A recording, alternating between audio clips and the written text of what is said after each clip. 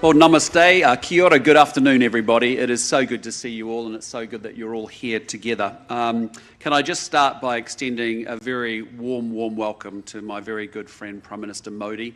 Thank you, my friend, for coming all this way to New Zealand, and thank you for bringing outstanding business leaders from India to spend time with our business leaders talking about how we can make the most of this opportunity. For many of you, you will know that I've been a great fan of India for a long period of time. I first went to India in my mid-20s, and it's because I worked for a company called Unilever, which of course owned Hindustan Lever, which was a top 10 company in India.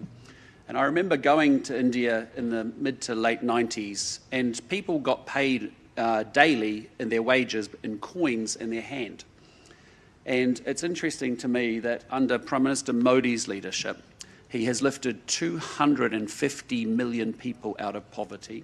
There is now 440 million people in the middle class, about to be 750 million by the end of the decade, and it is an incredible transformation.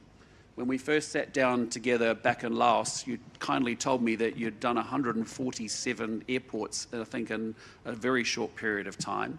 You needed 2,000 more aircraft just to manage your domestic tourism. And you were opening up universities and polytechnics on a regular basis. And as someone who has been to India many times, and to see the move from low income to middle income to high income, it is just so inspiring and so exciting to see the transformation that has taken place. And of course, as the 1.4 billion Indian community in India get wealthier, we have the food and the produce that we can sell them. We have the tourism experiences. We also have fantastic educational institutions here. And there's a lot that we can do in technology. As I reminded the Prime Minister this morning, I said, you know us as an agricultural nation, but we are now the third biggest launcher of rockets in the world. And so we think there's lots of areas for us to collaborate. What I'd say is that the Prime Minister and I, in a government sense, at a top-to-top level, have created a free trade agreement. And we can create the conditions for growth, but it's all of you in this room as the business leaders that ultimately go off and create that growth.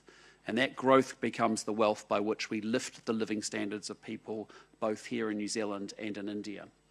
I'm a big fan of a man called Viktor Frankl, and he very famously wrote this book that I read when I was younger about the three big actors in our society: government, setting up the operating system for our country; business leaders moving with great speed, scale and execution; and our community leaders who actually see the pain, the hurt, the need, the frustration in our communities. And it is the three actors in our society that need to come together to realise the huge opportunities that India and New Zealand have together. So I just encourage all of you, thank you very much for participating.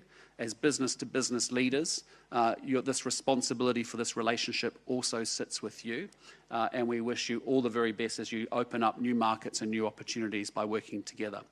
To the New Zealand businesses in the room and those that may be watching, can I say, get on a plane and go learn the Indian consumer.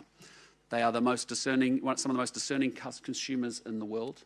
Learn about the markets, find the right partners, understand how to tailor your product and service in order to be able to create opportunity both in India and here in New Zealand as well. So again, thank you very, very much for being here today. Thank you very much for all the commitment that you have made to advancing this relationship. Dhanyavad.